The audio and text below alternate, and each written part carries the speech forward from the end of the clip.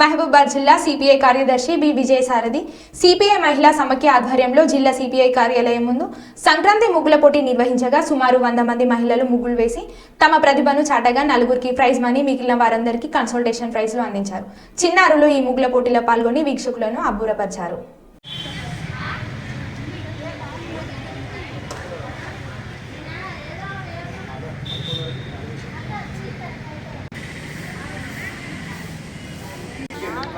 నేతలు, ward councillor గారు ఇట్లా ముగ్గులు పూర్తిగానటువంటి ముగ్గులు మొత్తం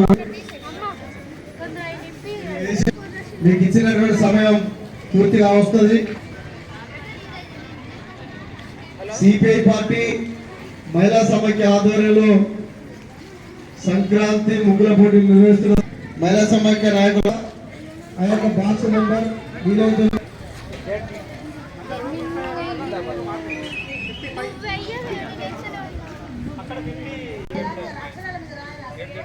సిపిఐ మహిళని నిర్వహిస్తా ఉన్నాం.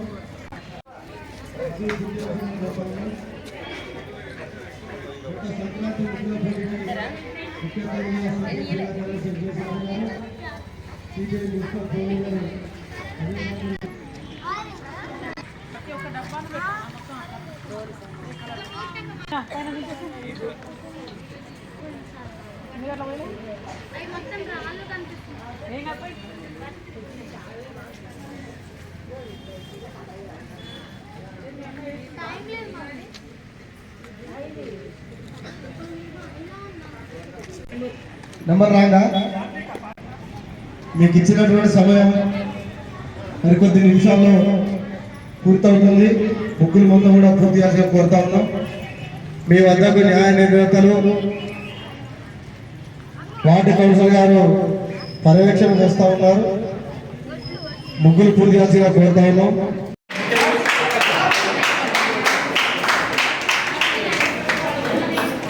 చూడండి, చేసేటువంటి రాజకీయాలను గమనించాల్సిన అవసరం. ఇవాళ దేశంలో మన భారతదేశం విభిన్నమైనటువంటి సమూహాలతో కూడిన తెగలతో కూడినటువంటి ఒక పార్టీ. మనం అందరినీ కలిసి పద్ధతుల్లో ఈ దేశంలో ఉన్నటువంటి ప్రభుత్వాలు ప్రయత్నం చేయాలి. కానీ వాళ్ళ అటువంటి ప్రయత్నాలు కాకుండా కొన్ని శక్తులు, వ్యక్తులు ఇవాళ విశ్వ సంస్కృతిని నింపి ప్రజల మధ్య విభేదాలు, నువ్వు ఎక్కువ నేను తక్కువ అనేటువంటి భావన, మైనార్టీలు అనేటువంటి భావన, మెజార్టీ అనేటువంటి వర్గం అనేటువంటి భావన బట్టి కలుషితమైనటువంటి సమాజాన్ని నిర్మించడానికి ప్రయత్నం జరుగుతూ ఉంది. ఇవాళ మన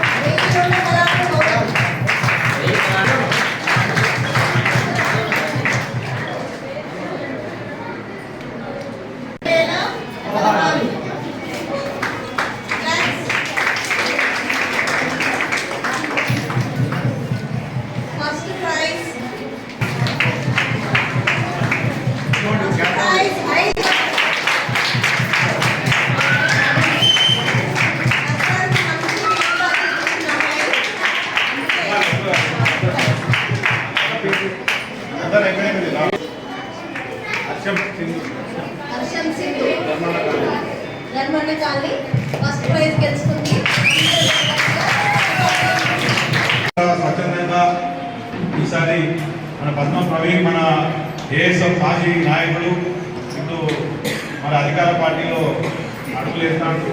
అదేవిధంగా సింగరాట జ్ఞానేశ్వర్ వ్యాపారవేత్త, అదేవిధంగా ఇంకా ఇతరులకు సంబంధించినటువంటి వాళ్ళు కూడా స్పాన్సర్ ఇచ్చారు. వాళ్ళందరికీ కూడా అభినందనలు. ఎందుకంటే ఏది జరిగినా కూడా స్పోర్ట్స్, కల్చరల్ అండ్ ట్రెడిషనల్ అనేటువంటిది ఇది మన యొక్క జీవన విధానంలో కూడా భాగం కావాలి. అంటే సంస్కృతి, కళలు, క్రీడలు వీటికి ప్రభుత్వము ఎంత చేసినా ఇట్లాంటి ప్రైవేటు వ్యక్తులు లేదా వాళ్ళకున్న దాతృత్వ గుణం, మన ఇద్దరు ఎవరైనా ఇంటికి పోతే దాతృత్వ గుణం బాగుండేది.